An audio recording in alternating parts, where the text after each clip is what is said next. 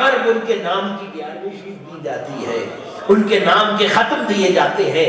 ایسے ہی نہیں خواجہ نقش بند کے نام کے ڈنکے بجتے، ایسے ہی نہیں خواجہ سہروردی کے نام کے ڈنکے بجتے، ایسے ہی نہیں حضرت شیخ رفاعی اور دیگر بزرگان دین کے، ایسے ہی نہیں حضرت بابا فرید گنج شکر کے نام کے ڈنکے بجتے۔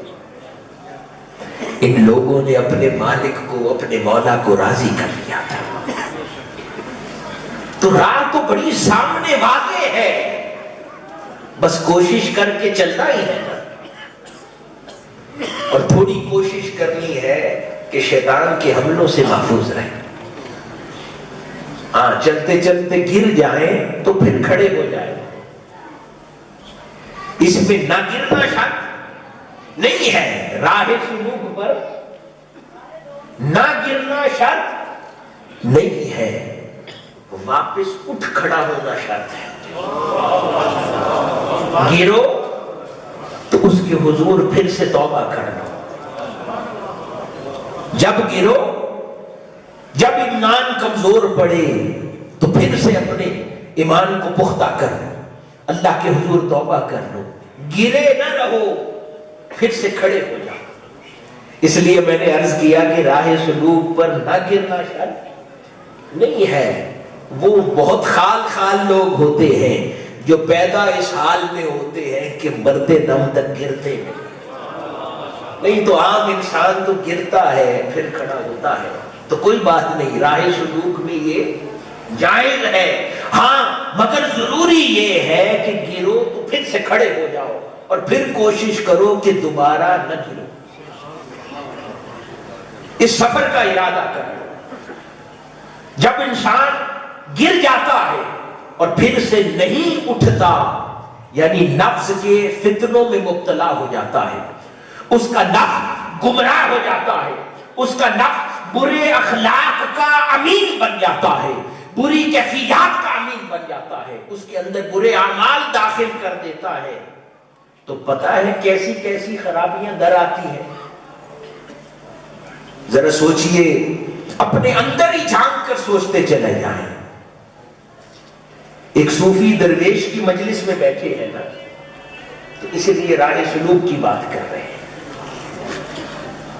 کہ اللہ کے بندے کیسے اس سفر پہ چلتے ہیں، تو صرف ان کے تذکرے ہم نے پڑھنے نہیں ہیں زندگی بھر، یہ تذکرے اس لیے ہیں کہ ان پر چلنا ہے، خود بھی چل کر دیکھنا ہے،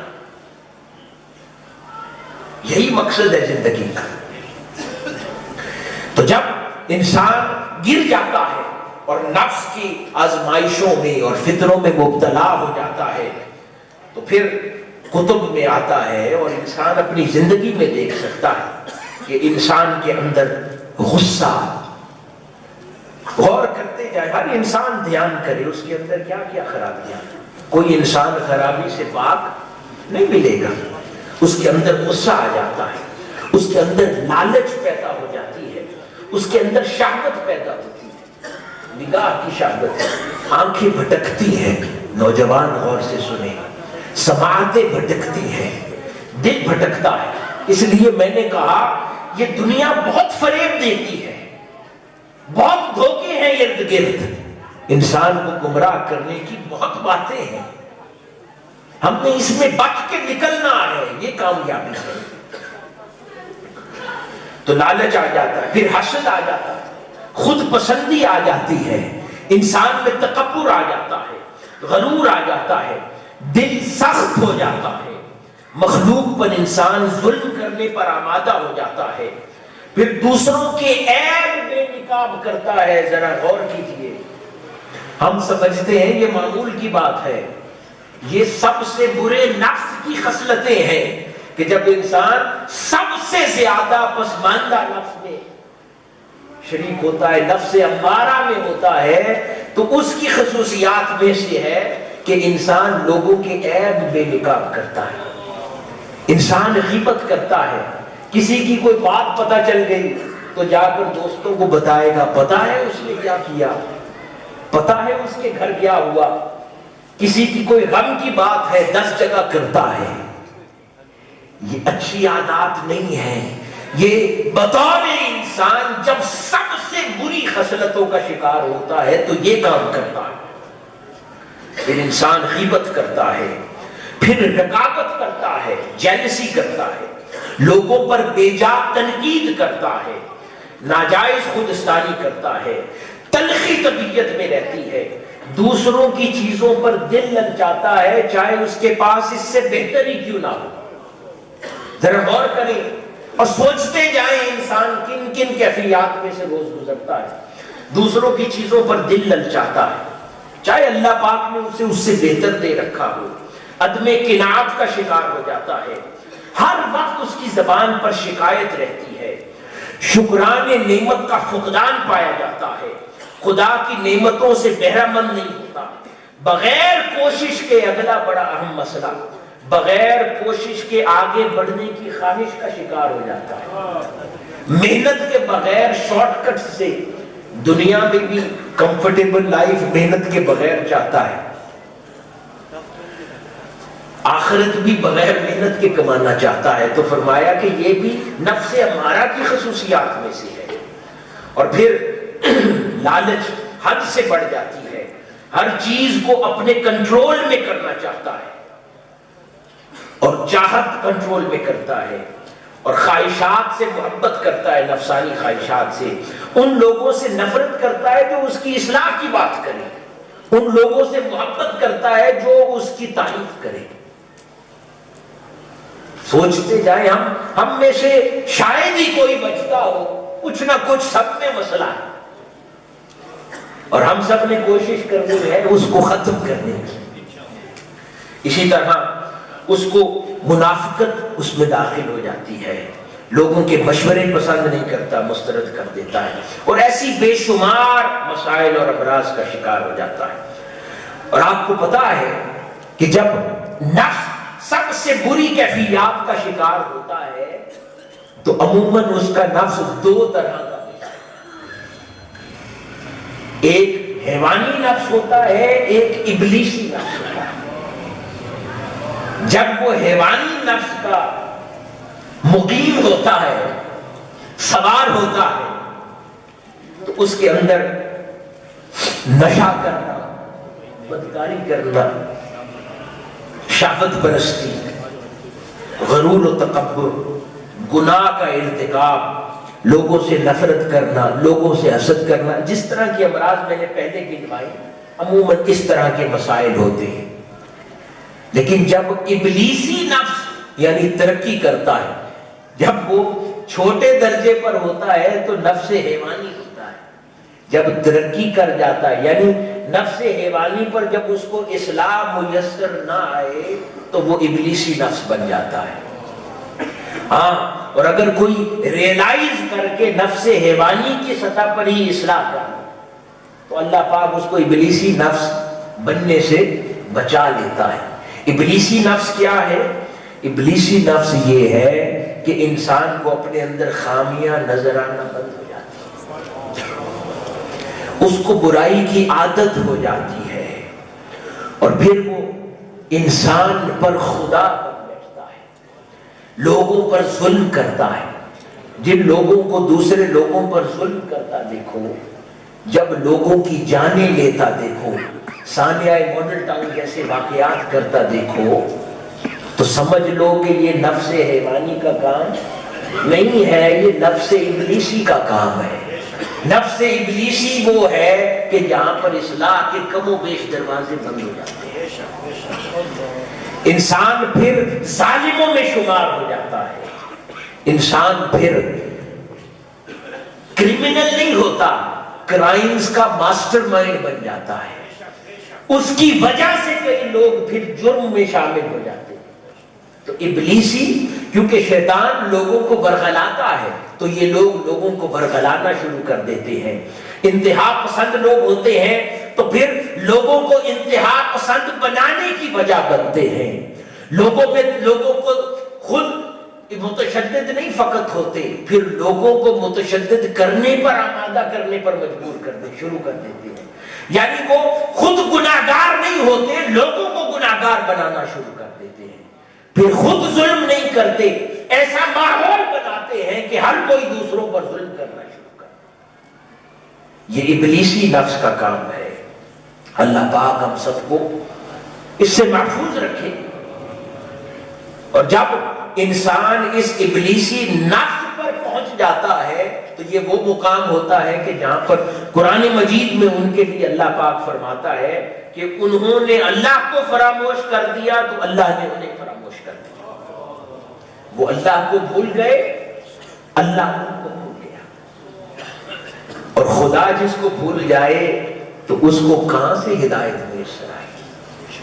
تو ضروری ہے کہ آج ابھی انسان اپنے اندر غور و فکر کر لے، اپنے اندر پوشیدہ کیفیات کو جانچے، میرے اندر کیا خامیاں ہیں، پھر ان کی اصلاح میں مصروف ہو جائے.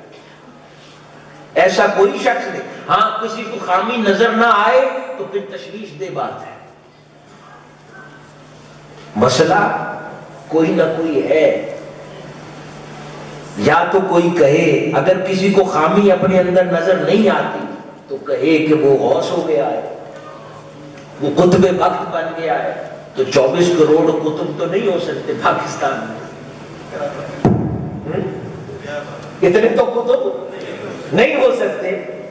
پھر کوئی تو مسئلہ ہے. خامیاں اگر مکمل طور پر ختم ہو گئی ہیں تو اس بندے کو تو پھر ولایت کے سب سے اونچے مقام پر ہونا چاہیے، نفس کاملہ پر ہونا چاہیے. اگر وہ نہیں ہے، اللہ کی اتنی قربت پر نہیں ہے، تو اس کا مطلب ہے کہ پھر اس کو اپنی خامیاں نظر نہیں آتی. پھر یہ سیریس مسئلہ ہے. پھر اس کو اپنی خامیاں دیکھنے کی طرف غور کرنے کی ضرورت ہے. جتنی خامیاں نظر آئیں سمجھو اتنا خیر پر ہے. نظر آئیں گی تو ان خامیوں کی اصلاح کرے گا نا. اگر کسی چیز کو دیکھ ہی نہیں سکتا تو اس کو نکالے گا کیسے؟ اسی لیے اللہ پاک فرماتا ہے کہ جب اپنے آپ کا احاطہ کرو، معائنہ کرو اپنے باطن کا، تو پھر اللہ کے حضور توبہ میں گر جاؤ. اور انہی کے لیے اللہ پاک فرماتا ہے کہ بے شک اللہ بہت توبہ کرنے والوں سے محبت فرماتا ہے اور خوب پاکیزگی اختیار کرنے والوں سے محبت فرماتا ہے. کہ پھر جو لوگ اللہ کے حضور توبہ اور مناجات میں گر جاتے ہیں، گریہ وزاری میں گر جاتے ہیں، اپنے گناہوں کے حضور سجدہ ریزی کرنے والی جبیں کسی جوان کی ہو، کیا ہی بات ہے کہ وہ اللہ کے حضور جاگنے والی آنکھ کسی جوان کی ہو، کیا ہی بات ہے کہ وہ اللہ کے حضور راتوں کو جاگ جاگ کے مولا کو منانے والا دل کسی جوان کا ہو. تو اللہ پاک اس کو اس کے دم آخر تک منزل کے کتنے قریب فرما دے گا. جو سفر ہی بڑھاپے میں شروع کرے تو مرنے سے پہلے کتنا طے کر پائے گا. اور کوئی بروقت سفر شروع کر لے، زندگی کے 50 سال باقی ہیں، تو اپرچونٹی زیادہ ہے کہ وہ منزل کے زیادہ قریب پہنچ جائے گا. تو یہ فیصلہ ہم نے کرنا ہے کہ ہم آدھے رستے میں کام چھوڑنا چاہتے ہیں یا منزل کے بہت قریب جانا چاہتے ہیں. اور ناممکنات میں سے یہ بات ہے نہیں، کیونکہ لوگوں نے کر کے دکھایا ہے. اللہ والوں نے یہ منزل پا کر دکھائی ہے، اچیو کر کے انسان کو دکھائی ہے. تو اس لیے ناممکنات میں سے یہ بات ہے نہیں. اور جب جو لوگ اس منزل کو پا لیتے ہیں پھر اللہ پاک ان کے لیے فرماتا ہے سو تم مجھے یاد کرو میں تمہیں یاد کروں. پھر جو لوگ منزل پا لیتے ہیں وہ خدا کو ساری زندگی یاد کرتے رہتے ہیں، ان کے مرنے کے بعد ان کے ذکر جاری ہے. اللہ پاک ان کو یہ منزل عطا فرما دیتا ہے. حاضرین گرامی، یہ منزلیں کیسے ملتی ہیں؟ لائن آف ایکشن کیا ہے؟ آقا علیہ الصلوۃ والسلام کی حدیث مبارکہ ہے، اس کا مفہوم یہ ہے کہ آقا علیہ الصلوۃ والسلام نے فرمایا کہ جس شخص کی عمر کے 40 سال گزر جائیں، جس شخص کی، ذرا دہرائیں اس بات کو، دیکھو دل میں یہ بات پختہ ہو جاتی ہے، خیال بن جاتا ہے، جس شخص کی عمر کے 40 سال گزر جائیں اور وہ دیکھے کہ اگر اس کی نیکیاں اس کی برائی پر غالب نہ، 40 سال تک وہ ایوریج نکال لے، اگر اس کی نیکیاں اس کے برے اعمال پر غالب نہ آئیں تو حضور فرماتے ہیں پھر وہ دوزخ کے دیا جائے۔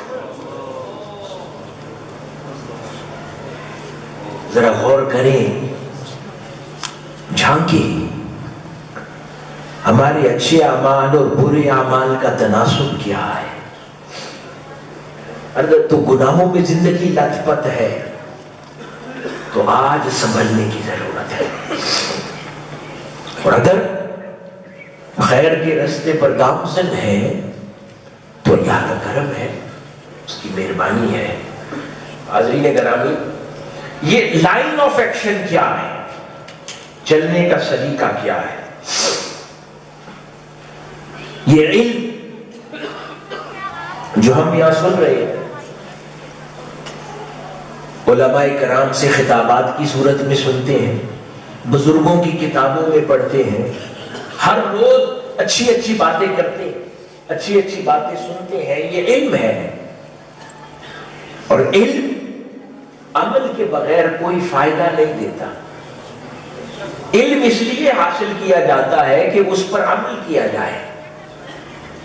اگر علم رہے اور عمل نہ کریں تو انسان کو کوئی فائدہ پہنچانے والا نہیں، کیونکہ علم درخت کی مانند ہے اور عمل اس کا پھل ہے۔ ذائقہ پھل میں ہوتا ہے، درخت کے تنے میں نہیں ہوتا۔ تو اس لیے جتنا جانو اس کو عمل میں تبدیل کرتے چلے گا، وہی دنیا اور آخرت میں فائدہ دے گا۔ یہ روڈ میپ ہے۔ بہت سی اچھی باتیں ہیں، ایسا شاید ہی کوئی ہوگا کہ اسے اچھی باتیں پتہ نہیں، ہر روز کسی نہ کسی سے کچھ نہ کچھ سن بیٹھتا ہے۔ آقا علیہ الصلوۃ والسلام کی کتنی احادیث مبارکہ روز سن بیٹھتا ہے، قرآن مجید پڑھتے ہیں، کتنے مقامات پڑھ بیٹھتا ہے۔ مسئلہ علم کا نہیں ہے، مسئلہ عمل کا ہے۔ روز پڑھتے ہیں، جانتے ہیں، پر عمل نہیں کرتے۔ ہم جانتے ہیں کہ رشوت لینا حرام ہے، لیکن کتنے لوگ پرہیز کرتے ہیں اس کام سے؟ ہم جانتے ہیں کسی کے ساتھ زیادتی کرنا ظلم ہے، لیکن کتنے لوگ اس سے باز رہتے ہیں؟ ہم جانتے ہیں نماز تہجد کی فضیلت، لیکن کتنے لوگ رات کو بیدار ہوتے ہیں؟ ہم جانتے ہیں پنجگانہ نماز کی ضرورت، لیکن کتنے لوگ مس کرتے ہیں؟ ہم جانتے ہیں آقا علیہ الصلوۃ والسلام پر درود و سلام بھیجنے کی فضیلت، لیکن کتنے لوگوں کی زندگی کا مستقل معمول ہے؟ ہم جانتے ہیں کہ اچھے اخلاق انسان کو قیامت میں کیا مقام دلائیں گے، مگر کتنے لوگ چہروں پہ بل رکھتے ہیں؟ تو مسئلہ علم کا نہیں ہے، مسئلہ اس پر عمل کا ہے۔ کیونکہ فقط جاننا یا فقط ایمان رکھنا کسی بات پر کہ ہاں ہم اللہ والوں پر ایمان رکھتے ہیں، اس سے نہیں کام بننا، اس سے آدھا کام ہونا ہے۔ ان پر ایمان رکھنے کا تقاضا یہ ہے کہ ان کی راہ پر چلا جائے، پھر وہ بات پوری ہوتی ہے۔ اب ہم نے سن رکھا ہے نا حدیث مبارکہ میں آقا علیہ الصلوۃ والسلام نے فرمایا کہ جس نے کلمہ پڑھ لیا یا جس کے دل میں رائی کے دانے کے برابر بھی ایمان ہوگا، اللہ پاک اس کو جنت میں داخل فرما دے گا۔ مسلمان یہی سمجھتے ہیں نا ہم سب کہ جو بھی مسلمان ہے الٹیمیٹلی اللہ پاک اسے جنت میں داخل فرمائے گا۔ ہاں، اس کے ساتھ جو لفظ ہے نا الٹیمیٹلی، اس پر بھی ذرا غور کریں۔ ایمان ایک ایسی ایمان بلیفز ہے نا، اس پر عمل ہو تو اسلام بنتا ہے۔ نماز جنازہ میں ہم کیا دعا کرتے ہیں؟ کہ جو ہمارے مر گئے ان کو ایمان پر مارنا اور جو زندہ ہیں ان کو اسلام پر رکھنا. اسلام عمل سے عبارت ہے، ایمان بلیف کے ساتھ عبارت ہے، جو ہمارا تھاٹ سسٹم ہے. تو مردہ کے لیے ایمان ہے، زندہ کے لیے اسلام ہے. تو زندگی میں عمل کرنا ہے، فقط ایمان نہیں رکھنا.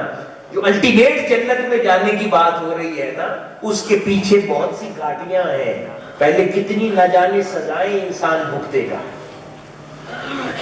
پہلے دوزخ میں کتنے چکر لگیں گے، پھر اس ایمان کی نعمت آخر میں جا کر نہ جانے کتنے ہزار سال بعد دوزخ میں اپنے برے اعمال کے نتیجے میں جلنے کے بعد کہیں پھر جا کر جنت نصیب ہوگی.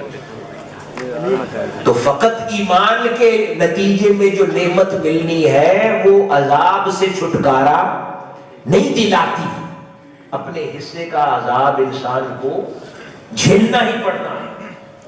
لیکن اگر اس ایمان کے ساتھ ان امور پر عمل بھی کرنا شروع کر دیں جن پر ایمان رکھتے ہیں تو اللہ پاک اس سے پہلے کے عذاب سے بھی نجات عطا فرما دے گا اور زندگی آسان فرما دے گا. اسی لیے پھر یہ مسئلہ ہمارے علماء میں، ہمارے مشائخ پیران کرام میں یہ مسئلہ بہت ہے. عوام الناس میں تو ہے ہی ہے کہ جو بات ہم کرتے ہیں، جو بات ہم کہتے ہیں، خود ہی اس پر عمل نہیں کرتے. اس لیے آقا علیہ الصلوۃ والسلام نے فرمایا لوگوں میں بہت سخت عذاب قیامت کے دن اس عالم کو ہوگا جو علم پر عمل نہیں کرتا. علم تو رکھتا تھا مگر اس پر عمل نہیں کرتا تھا. اور آقا علیہ الصلوۃ والسلام نے فرمایا کہ جاہل کو ایک عذاب ہے، عالم کو 70 عذاب ہے، کیونکہ وہ جان کر عمل نہیں کرتا تھا. جاہل تو انجان تھا، جاننے والا جان کر اس پر عمل نہیں کرتا تھا. تو جو شخص دیندار نہیں ہے اس کو ممکن ہے اپرچونٹی مل جائے جان کی چھٹکارے کی. جو لوگ اللہ والوں کی مجلس میں بیٹھتے اٹھتے ہیں، دین سے وابستہ ہے، دین کی مجالس اٹینڈ کرتے ہیں، ان کے لیے یہ چھٹکارا نہیں ہے، کیونکہ ان کا یہ بہانہ نہیں چلے گا کہ مولا ہمیں پتہ نہیں تھا. اللہ پاک فرمائے گا تو اس دن فلاں مجلس میں بیٹھا ہوا تھا جہاں پر فلاں عالم دین نے یہ بات کی تھی، تو نے سنی تھی، پھر تو نے عمل نہیں کیا. اس لیے حاضرین گرامی، حضرت خواجہ جنید بغدادی رحمت اللہ علیہ، آپ کے معتقد نے، آپ کے مرید نے آپ کو ایک دن خواب میں دیکھا.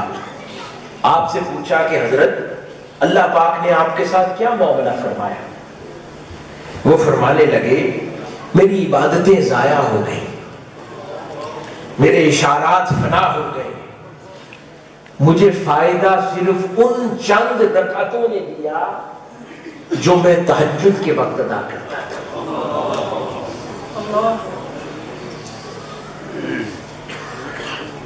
تو عمل، محنت، عبادت، اس کے بغیر کچھ نہیں ہے. اہل سنت لوگ بڑے ڈھیلے ہو جاتے ہیں.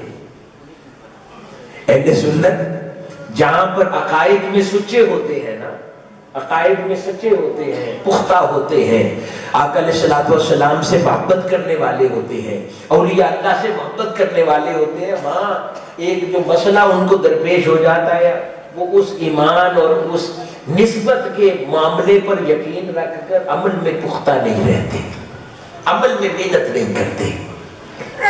تو حاضرین گرامی، اگر کوئی عقیدے کی وجہ سے مارا جائے گا تو ذرا غور کریں کہیں ہم عمل کی وجہ سے نہ مارے جائیں. تو ہمیں ان عقائد کے ساتھ عمل کو بھی پختہ کرنا ہے، مضبوط کرنا ہے. حاضرین گرامی، کیونکہ آقا علیہ الصلوۃ والسلام کی حدیث مبارکہ ہے، حضور فرماتے ہیں کہ جو دروازہ کھٹکھٹاتا ہے وہی جواب پاتا ہے. جو شخص دروازہ کھٹکھٹائے گا ہی نہیں، راتوں کو جاگ کر اس مولا کے حضور مناجات کرے گا ہی نہیں، اس کو اللہ دے گا کیسے؟ جو جاگے گا نہیں، اس سے مانگے گا نہیں، اسے ملے گا کیسے؟ راتوں کو بستر پہ سوئے ہوئے تو نہیں ملے گا۔ حضرت ابراہیم بن ادم رضی اللہ تعالیٰ عنہ کا واقعہ نہیں سن رکھا کہ وہ خراسان کی سلطنت کے بادشاہ تھے اور اللہ سے محبت کرتے تھے، ہر وقت اس خیال میں رہتے تھے کہ کوئی صورت بن جائے مجھے میرا مولا مل جائے، کوئی صورت بن جائے میرا مولا مجھ سے راضی ہو جائے، کوئی صورت بن جائے مجھے میرا دوست مل جائے۔ وہ اس کیفیت میں رہتے۔ ایک دن ان کو سمجھانے کے لیے فرشتہ اللہ نے بھیجا اور فرشتہ ان کے محل کی چھت پر چلنا شروع ہو گیا۔ انہوں نے آواز محسوس کی اور پریشان ہوئے، تو انہوں نے جا کر چھت پر دیکھا تو ایک انسانی شکل میں فرشتہ گھوم رہا تھا، اور اس فرشتے سے انسان سے پوچھا حضرت ابراہیم بن ادم نے کہ چھت پر کیا ڈھونڈتے ہو؟ تو فرشتے نے ان کو لیسن دینے کے لیے کہا کہ میرا اونٹ کھو گیا ہے، میں محل کی چھت پر اونٹ ڈھونڈتا ہوں۔ حضرت ابراہیم بن ادم رحمۃ اللہ علیہ نے فرمایا کہ ارے کبھی محلات کی چھتوں پر بھی اونٹ ملا، کبھی محلات کی چھتوں پر بھی اونٹ ملتے ہیں؟ تو اس نے ان کو سمجھانے کے لیے جواب دیا، ہاں یہی پوچھنا چاہتا ہوں، کبھی محلات میں نرم بستر پر سوئے ہوئے رب بھی ملتا ہے؟ اگر محلات کی چھتوں پر اونٹ نہیں ملتے تو گرم بستر میں رب کہاں ملے گا؟ تو اس لیے عمل پر توجہ دینا ضروری ہے ان تمام امور پر جن کے اوپر ہم اعتماد اور ایمان کی کیفیات رکھتے ہیں۔ حاضرین گرامی، ایک درویش اللہ والا 7 سال سے عبادت میں مصروف تھا۔ اللہ پاک نے فرشتہ بھیجا زمین پر، یہ فرما کر کے جا کر میرے اس بندے کو کہہ دو کہ میں نے تمہاری تمام عبادات ریجیکٹ کر دی۔ وہ فرشتہ انسانی روپ میں اس کے پاس آ گیا اور اس کو کہنے لگا کہ اے بندے، تو اتنے سالوں سے عبادت ریاضت میں لگا ہوا ہے، اللہ پاک نے تو تیری ساری عبادتیں ریجیکٹ کر دی، تیرا کام۔ وہ فرشتہ یہ جواب لے کر واپس لوٹا۔ اللہ رب العزت نے پوچھا، ہاں میرے بندے نے کیا کہا؟ تو وہ عرض کرنے لگا، مولا وہ کہتا ہے بندگی کرنا ہمارا کام، تو قبول کرے نہ کرے تیرا کام۔ اللہ پاک فرماتا ہے، اے میرے سارے فرشتوں گواہ ہو جاؤ، میں نے اپنے اس بندے کی ساری عبادات قبول کر لی، اسے بخش دیا۔ تو حاضرین گرامی، یہ انسان کی زندگی میں یہ جو بے قراری ہے، یہ بے چینی ہے، بے صبری ہے کہ 4 دن کی محنت اس کے بعد بے صبر ہو جاتے ہیں، یہ کام چھوڑ دیں، کیونکہ بندگی کرنا ہمارا کام، بندگی کرنا ہمارا کام، وہ قبول کرے نہ کرے اس کا کام، کب قبول کرے مولا کا کام ہے۔ بے صبری نہیں کرنی، بس اللہ پاک نے انسان کو ابدیت کے لیے پیدا فرمایا ہے، بس اس کی ابدیت بجا لاتے جائیں، خیر کے کام کرتے چلے جائیں، عبادات میں زندگی گزارتے چلے جائیں، حرام سے بچتے چلے جائیں، حلال زندگی میں کماتے چلے جائیں، اس کے حضور عبادت گزاری میں زندگی بسر کرتے چلے جائیں، خیر خواہی کرتے چلے جائیں، اچھے اخلاق اپناتے جائیں، لوگوں کی مدد کرتے چلے جائیں، بس اپنا کام کرتے چلے جائیں، اس کا کام اسی پہ چھوڑ دیں، پھر کام ہو جائے گا۔ جب انسان بھاگتا رہتا ہے نا نتائج کے پیچھے، وہ نتائج اس سے اور دور چلے جاتے ہیں۔ جب انسان نتائج سے آنکھیں بند کر لیتا ہے اور صرف اپنا کام کرتا چلا جاتا ہے، اللہ پاک منزل اس کے قریب فرما دیتا ہے۔ اللہ پاک انجیل میں بزرگان دین نے مختلف کتب کا مطالعہ کرتے تھے، قرآن مجید کا بھی، دیگر آسمانی کتب کا بھی. تو انجیل میں کسی اللہ والے نے پڑھا ایک قول کہ جب انسان مرتا ہے تو مرنے سے اس کے دفن ہونے تک اللہ رب العزت اس کی روح سے، اس کے نفس سے کلام کرتا چلا جاتا ہے. اور وہ کلام کیا ہے کہ اے میرے بندے، تو نے پوری زندگی اپنے ظاہر کو سنوارنے اور آراستہ کرنے میں گزار دی، اور تیرا ظاہر تو مخلوق کی نظرگاہ ہے، اور تیرے دل کو پاک کرنے میں ایک گھڑی صرف نہ کی، وہ دل جو میری نظرگاہ ہے. اللہ پاک فرماتا ہے تو اپنا جسم سنوارتا رہا، اپنا جسم پالتا رہا، روز اچھے لباس پہن کر نکلتا تھا، لوگ بن سنور کر نکلتا تھا، اپنے جسم کو طاقتور کرتا تھا، باڈی بلڈنگ کرتا تھا، نہ جانے کیا کچھ کرتا تھا، اور بنتا سنورتا تھا، اس جسم کو سنوارتا تھا جو جسم دنیا نے دیکھنا تھا، اور اس دل کو صاف کرنے پہ ایک لمحہ صرف نہ کیا جو میں نے دیکھنا تھا، جس پر میری نگاہ تھی. تو نے اس کو نہ اجلا کیا، تو نے اسے نہ سنوارا. اسی طرح اللہ پاک فرماتا ہے کہ اے میرے بندے، تو کیا کر رہا ہے؟ میں تیری طرف دیکھ رہا ہوں، تو کسی اور کی طرف دیکھ رہا ہے. یہ جملہ بھی ریپیٹ کریں. اللہ پاک فرماتا ہے اے میرے بندے، تو کیا کر رہا ہے؟ میں تیری طرف دیکھ رہا ہوں، تو کسی اور کی طرف دیکھ رہا ہے. انسان کو چاہیے کہ مولا جب اس کی طرف دیکھ رہا ہے وہ مولا کی طرف دیکھتا رہے، مولا اسے تکتا رہے، وہ مولا کو تکتا رہے، اللہ پاک اسے دیکھتا رہے، وہ مولا کو دیکھتا رہے. خدا اس کی رضا کا طالب ہو، وہ خدا کی رضا کا طالب ہو. سبحان اللہ، قربان جائے. اللہ پاک فرماتا ہے کتنی پیاری بات ہے کہ اے میرے بندے، میں تجھے دیکھ رہا ہوں، تو کدھر دیکھ رہا ہے؟ میرا دھیان تیری طرف ہے، تیرا دھیان مخلوق کی طرف ہے، تیرا دھیان دنیا کی طرف ہے. یہ کتنی تکلیف دہ بات ہے. ذرا سوچیں کہ کوئی آپ کسی سے بات کر رہے ہو،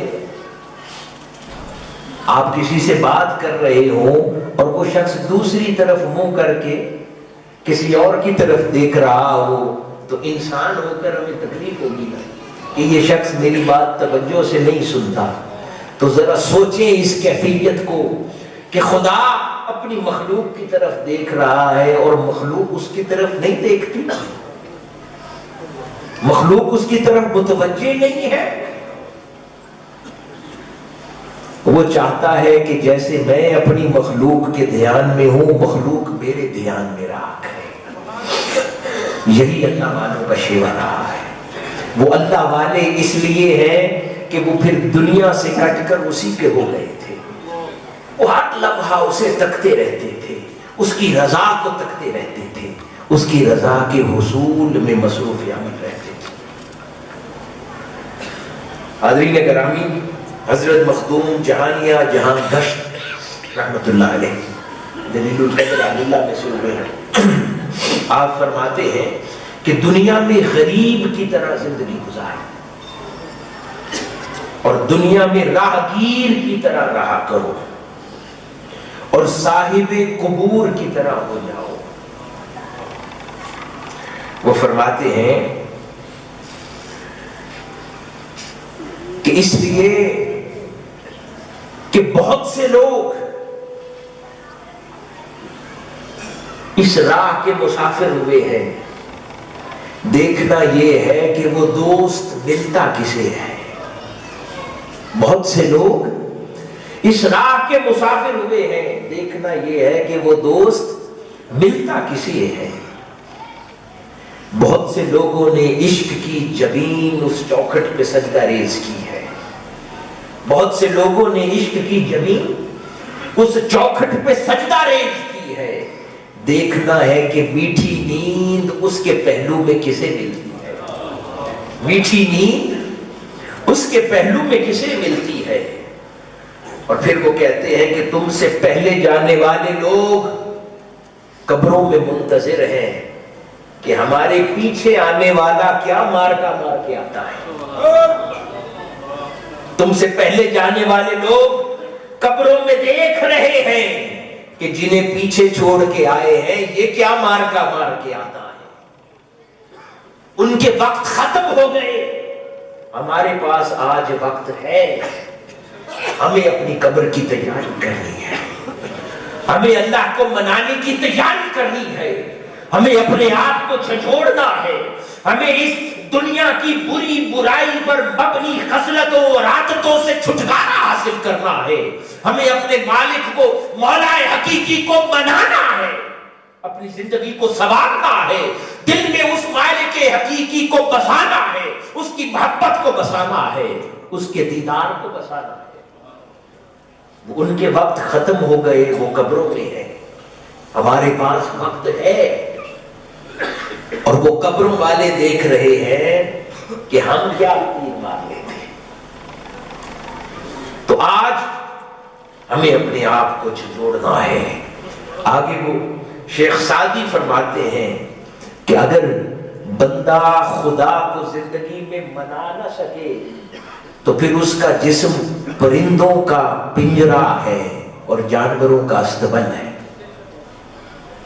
اگر یہ انسان اپنی زندگی میں اپنے مولا کو منا نہ سکے, اس کی دوستی اختیار نہ کر سکے, اس کی محبت اپنا نہ سکے, تو پھر فرق نہیں پڑتا کہ یہ جسم کہلائے, پرندوں کا پنجرا کہلائے یا جانوروں کا استبل کہلائے. وہاں پر چاہے گندگی پڑی رہے. حضور شیخ الاسلام نے کئی مرتبہ یہ واقعہ سنایا بڑا پیارا. ایک اللہ والے تھے, ایک رونت سے بھرا ہوا بادشاہ جا رہا تھا گھوڑے پر. اس نے دیکھا اللہ والے کی ان کی داڑھی تھی. اس کے دل میں آیا انہیں تنگ کروں, تو اس نے جا کر ان کی داڑھی کو پکڑ لیا اور پکڑ کے کہنے لگا کہ بتاؤ تمہاری داڑھی اچھی یا میرے کتے کی دم اچھی؟ تمہاری داڑھی اچھی.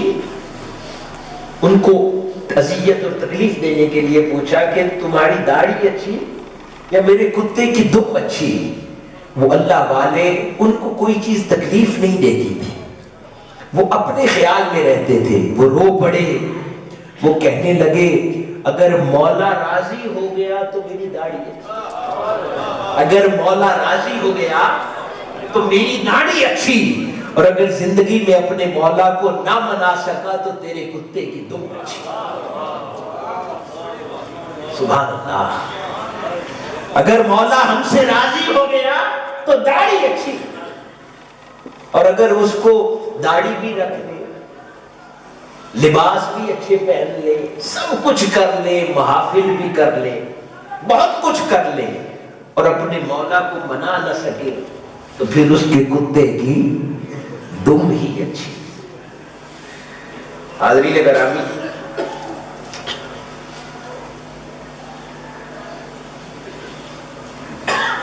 حضرت ابن عباس رضی اللہ تعالیٰ عنہ فرماتے ہیں کہ ایک دن میں نے تورات, انجیل, زبور اور قرآن مجید چاروں کا مطالعہ کیا اور ارادہ کیا کہ چاروں کتابوں میں سے ایک ایک اچھی بات یاد کر لوں.